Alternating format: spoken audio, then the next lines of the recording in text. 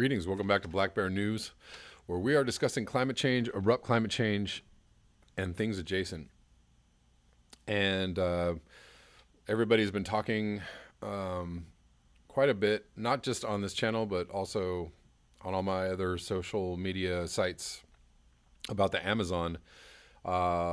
Seems to be a news story that is going beyond just those talking about climate change or environmental destruction, which is a good thing. Not the Amazon burning, but the awareness around it. The Amazon burning is quite a horrible thing, and just another peg in the ongoing environmental destruction that humans are causing on this planet. So, Darja Mail had a really good article about this, just came out, and it is titled, "The Amazon is Dying and Bolsonaro is Fanning the Flames." So let's get into this. This is from August 22nd, yesterday. The Amazon rainforest is the largest rainforest on planet Earth, generating half of its own rainfall and holding 20% of the world's rivers within its borders. It covers an area 2/3 the size of the contiguous 48 United States and produces 20% of the oxygen in the world's atmosphere. There are more than 1,100 tributaries of the Amazon River alone, with 17 of them longer than 1,000 miles. The rainforest also creates flying rivers, massive streams of airborne moisture that develop above the canopy and move with the clouds and rainfall patterns across the entire continent of South America. Many scientists believe the Amazon is the most important source of biodiversity on the planet, and statistics back that up. It contains thousands of species of birds and trees, an estimated 2.5 million species of insects, and at least 3,000 species of fish in the Rio Negro alone, with new species being discovered all the time. A new species is discovered on average every other day. And now the Amazon is on fire. Wildfires are incinerating the rainforest at a record pace, according to Brazil's National Institute for Space Research. And was it the head of that just retired, I believe, or was fired, INPE, as it is commonly referenced. INPE recently stated that there has been an 80% increase in wildfires in the Amazon compared to the same period from last year. Smoke from the burning rainforest has blotted out the sky over Sao Paulo, a city more than 1,700 miles from the fires, while satellite imagery shows smoke from the fires having spread all the way to the Atlantic coast, covering half of Brazil. And y'all have probably seen a lot of pictures of these fires, even covering parts of Paraguay, Bolivia, and Peru. Crossing thresholds. Thomas Lovejoy has worked in Brazil's Amazon since 1965, but he is the first to say that we've barely scratched the surface in terms of our understanding of that rainforest. As he told Truth Out during an interview in 2017, he was the director of the World Wildlife Fund in the U.S. for 14 years and has been given the nickname the Godfather of Biodiversity, having coined the term biodiversity himself. One of his reports alone led to more than half of the Amazon rainforest being put under protection. During our interview, Lovejoy gave dire warnings of things to come, including the heartbreaking wildfires we are seeing now. He noted that emissions limits that have been agreed to internationally will not prevent catastrophe. In a 2013 op-ed for the New York Times entitled "The Climate Change Endgame," he wrote, "It is abundantly clear that the target of a 2 degrees Celsius limit to climate change was mostly derived from what seemed convenient and doable without any reference to what it really means environmentally. 2 degrees is actually too much for ecosystems. It's a disaster for ecosystems. That is exactly what the current Amazon wildfires indicate, as the planet has warmed 1.2 degrees Celsius since the Industrial Revolution began and will clearly continue warming. Think about what it means overall," Lovejoy said, "of what the planet will look and feel like when it reaches 2C, a benchmark it is now guaranteed to far exceed. It means a world that will have sea levels 4 to 6 meters high. It means a world without tropical coral reefs, as we can already see those impacts now, and probably a whole bunch of thresholds will be crossed that we can't predict. When a tropical rainforest is healthy, it sequesters CO2 from the atmosphere. But when rainforests are degraded by drought, wildfires, human-caused fires, clear-cutting, and human development, they release most or all of their stored carbon back into the atmosphere. The 2010 Amazon drought released as much carbon dioxide as the annual emissions of Russia and China combined, Oxford University scientists observed. China being the highest emitter of carbon emissions right now. Given increasing drought and wildfire patterns, we can most likely expect to see the demise of the Amazon, possibly even before 2100. Before 2100, all right. Way before 2100. Way before 2100. How about before 2050?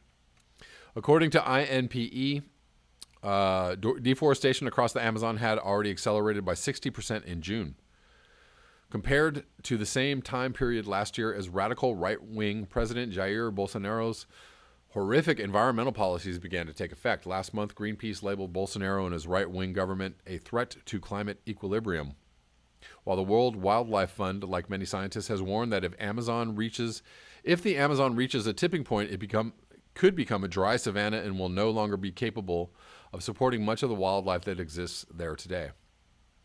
Instead of sequestering carbon and generating water and rainfall, the Amazon will instead become a net emitter of carbon, and the planet will lose most of its oxygen-producing function. Meanwhile, the loss of the Amazon's biodiversity will be beyond devastating for the planet. Bolsonaro, like Trump in the U.S., has worked at breakneck speed to eliminate environmental regulations. He has opened up the Amazon for logging, agribusiness, and mining since he took power this January. In a particularly Trumpian moment, Bolsonaro recently made the baseless claim that environmental NGOs were responsible for the wildfires. Yes, environmental NGOs are going out and setting fire to the Amazon. Yeah. No, they're not. Speaking to a steel industry congress in the capital city of Brasilia, The Guardian reported that Bolsonaro said on the question of burning in the Amazon, which in my opinion may have been initiated by NGOs because they lost money, what is the intention? To bring problems to Brazil. Okay. Yeah, no, they wouldn't do that. Bolsonaro was likely using the speech as a deflection and diversion. The idea that, environmental NGOs are just, we need more money. So what can we do to get more funding? I mean, not all of them are the greatest institutions ever, but they're not setting forest fires to get more funding, sir. Recently leaked documents show that Bolsonaro intends to use hate speech to further isolate and marginalize minority groups living in the Amazon in order to move forward with predatory projects like dams that would have devastating environmental impacts. Development projects must be implemented on the Amazon basin to integrate it into the rest of the national territory in order to fight off international pressure for the implementation of the so-called AAA project.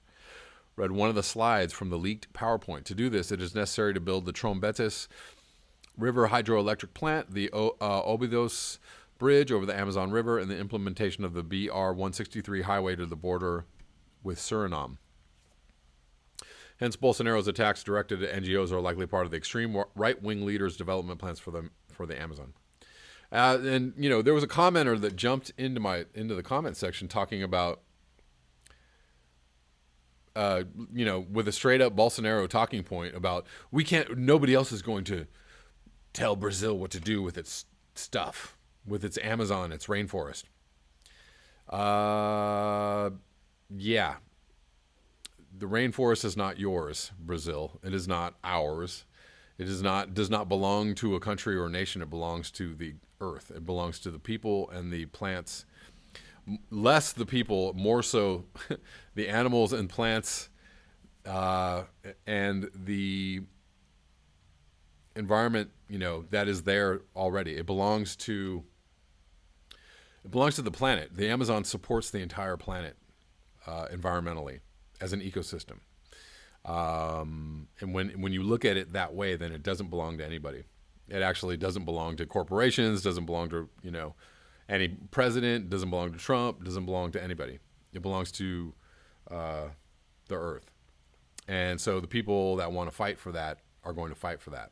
And that's just a really stupid talking point that Bolsonaro has thrown out there, that nobody's going to tell, Brazil what to do with its forest. We're going to take care of it. Okay. That's, nice way to drum up some nationalist sentiment in order to further the destruction of the environment.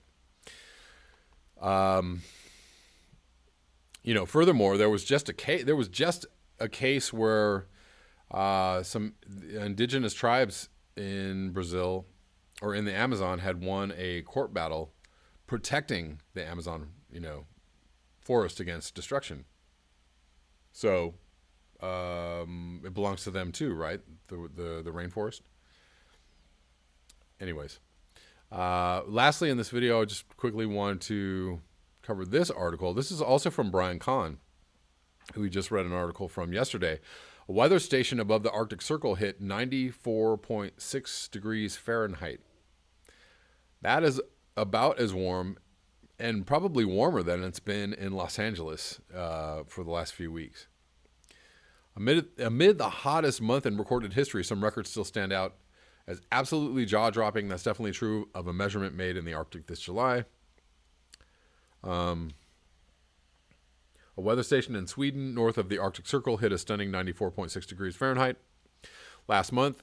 As an isolated data point, it would be shocking, but coupled with a host of other maladies, from no sea ice within 125 miles of Alaska to the unruly fires ravaging Siberia, it's an exclamation point on the crisis, on the climate crisis, excuse me.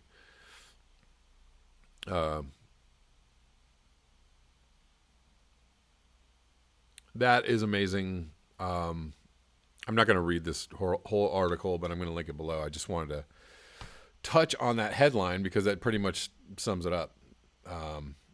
That is not only not usual, highly unusual. Highly unusual, like off the charts unusual by I don't know how many degrees of anomaly. The Arctic is not supposed to be that warm ever, ever, ever, summer or winter. Close to 100 degrees. That's just not, 10 or 20 years ago, that would be unthinkable. But now in 2019, that's something that happens, fairly often. We get high temperatures in Alaska, high temperatures all over the Arctic Circle. Clearly, this is speaking to what? Is it warming? Are we warming? It's not good news. That's all I have for you today. Thank you so much for your eyes, your ears, and your conscience. If you would like to support this channel, you can do so at the links below. You can also support this channel by subscribing and liking. Until next time.